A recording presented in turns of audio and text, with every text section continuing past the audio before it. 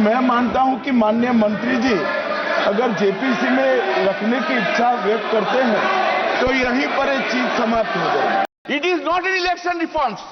It is just a fulfillment of one gentleman's desire and dream. Nothing more than that. If the elections are done simultaneously, it will reduce the expenditure for both Election Commission of India as well as for the regional parties, sir. दोबारा अगर इनको लगता है कि प्रधानमंत्री मोदी जी पर के प्रचार से ये पूरे ये भारत के चुनाव को छीनेंगे तो हम ये चोरी नहीं होने देंगे और हम बिल का विरोध करते हैं। इस बिल को जेपीसी में भेजा जाए।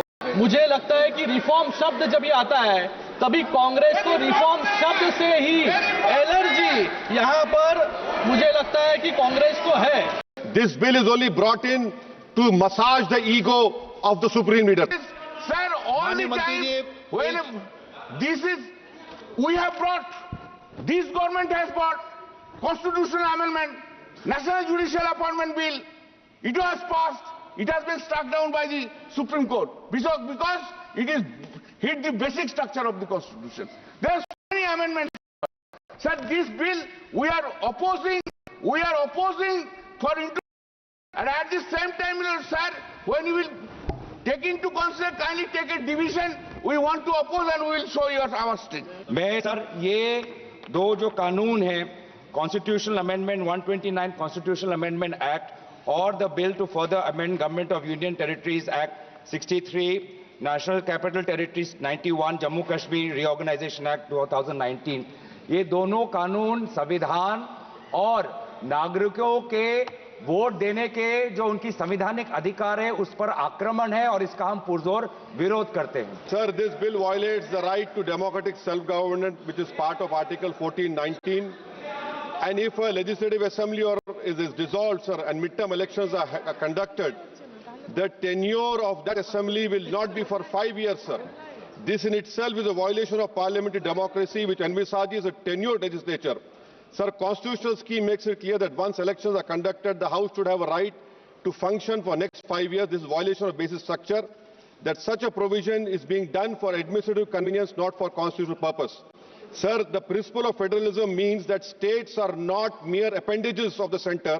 States are not dependent on the union for the existence. This is the violation of federalism, sir. Sir, in conclusion, Parliament is not competent to make any law that violates fundamental rights or the basis of the Constitution, sir. This bill indirectly introduced a presidential style of democracy. This bill is based on maximizing political gain and convenience. This bill will finish off regional parties. This bill is only brought in to massage the ego of the supreme leader. Thank you, sir. बालू साहब ने कहा कि इसको JPC को दे देना चाहिए। जब ये संविधान सुधार का विधेयक संवैधानिक संशोधन जब कैबिनेट में चर्चा में आया तब प्रधानमंत्री जी ने स्वयं मंशा व्यक्त करी थी कि इसको जेपीसी को देना चाहिए। इस पर विस्तृत चर्चा सभी स्तर पर होनी चाहिए। इसलिए मुझे लगता है कि इसमें सदन का ज्यादा समय जाया करे बगैर अगर मंत्री जी कहते हैं कि इसको जेपीसी को सौंपने के लिए वो तैयार है तो जेपीसी में होगी और के रिपोर्ट के आधार पर कैबिनेट इसको पारित करेगी तब भी फिर से चर्चा होनी है। तो मैं मानता हूं कि माननीय मंत्री जी अगर जेपीसी में रखने की इच्छा व्यक्त करते हैं तो यहीं पर एक चीज समाप्त हो जाएगी। अध्यक्ष जी, मैं शिवसेना और हमारे नेता एकनाथ शिंदे जी की तरफ से इस बिल का पूरी तरीके से समर्थन करता हूं और आज यहां पर विपक्ष वाले 6 महीने से हर एक मुद्दे को असंवैधानिक बताने की कोशिश यहां पर कर रहे हैं। मुझे लगता है कि रिफॉर्म शब्द जब ये आता है तभी कांग्रेस को रिफॉर्म शब्द से ही एलर्जी यहां पर मुझे लगता है कि कांग्रेस को है।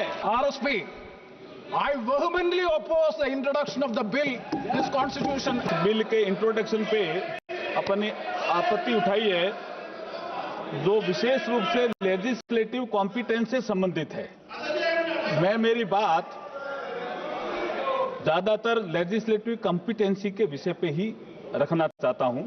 माननीय सदस्यों द्वारा rules of procedure and conduct of business in Lok Sabha के रूल 72 में वर्णित procedure when introduction of A bill opposed, इसके तहत जो आपत्तियां उठाई गई है वो उसके बारे में मैं कुछ बातें माने सदन में कहना चाहता हूं।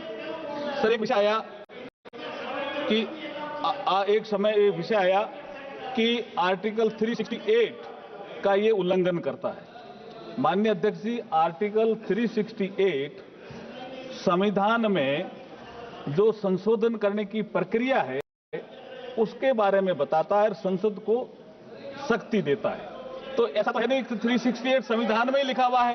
प्लीज माननीय सदस्य। उसके बाद एक विषय आया कि संविधान का अनुच्छेद 3 to 7 है, ये सदन को विधानमंडलों के चुनाव के संबंध में प्रावधान करने का जो अधिकार देता है, उसके बारे में आप क्या कहना चाहते हो? तो मैं ये कहना चाह रहा हूं कि संविधान का अनुच्छेद 327 संसद को पार्लियामेंट को अधिकार देता है, विधानमंडलों के चुनाव के संबंध में प्रावधान करने का अधिकार देता है। इसमें कहा गया है कि संविधान के प्रावधानों के अधीन संसद समय समय पर कानून द्वारा संसद के किसी भी सदन या विधानमंडल के किसी भी सदन के चुनाव से संबंधित सभी मामलों के संबंध में प्रावधान कर सकती है।